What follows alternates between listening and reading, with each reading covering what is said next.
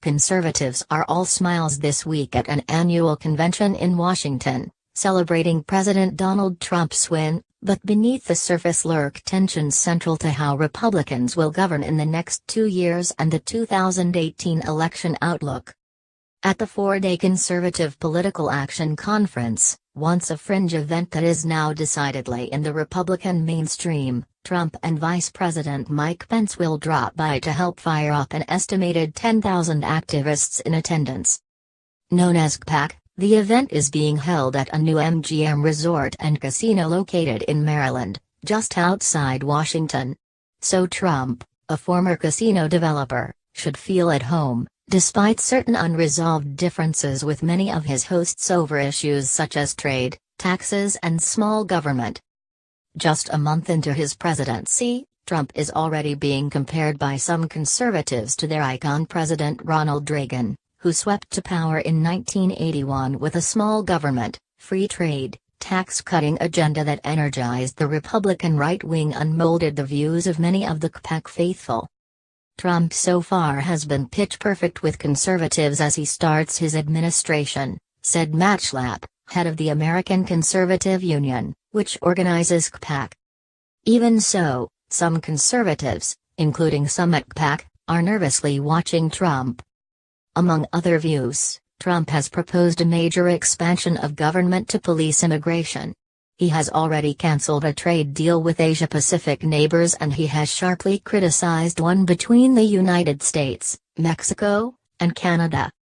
"I always worry any discussion about trade competition and tariffs misdirects the focus," said CPAC stalwart Grover Norquist, a powerful advocate of low taxes and small government. On taxes, Trump has backed cuts in rates, but his position on the Republican tax package under debate in Congress is unclear. Damn near the entire conservative wish list on tax policy is in his, Trump's, tax reforms, Norquist said. Whether Republicans and Trump can come to terms over such issues will help determine how much real change they can effect in Washington, and how the voters treat them in 2 years in the midterm elections, when ruling parties normally lose ground. Some Republicans have expressed disappointment that Trump has not moved faster on tax reform and on repealing Obamacare, the healthcare system put in place by his Democratic President Barack Obama. Trump has not yet publicly proposed legislation of any kind, unlike recent first-term presidents. Schlapp credited Trump with naming the most conservative cabinet in a half-century and nominating a Supreme Court Justice, Neil Gorsuch, who has conservatives' blessings. Trump has also thrilled conservatives by working hand-in-glove with congressional Republicans on overturning or gutting a handful of Obama-era regulations, including one that prevented coal companies from dumping waste into rivers and streams. Such regulatory rollbacks and talk of tax cuts have boosted financial markets, too, which have rallied since Trump's win. CPAC organizers are trying to steer clear of controversy over the alt-right movement, a loose grouping that includes neo-Nazis, white supremacists and anti-Semites who Trump has been slow to denounce. Trump's chief strategist, Steve Bannon, who also will speak at the conference, formerly headed the Breitbart News network, which appealed to the movement. "We don't think there's any role for the alt-right in the conservative movement," Schlapp said in a phone interview.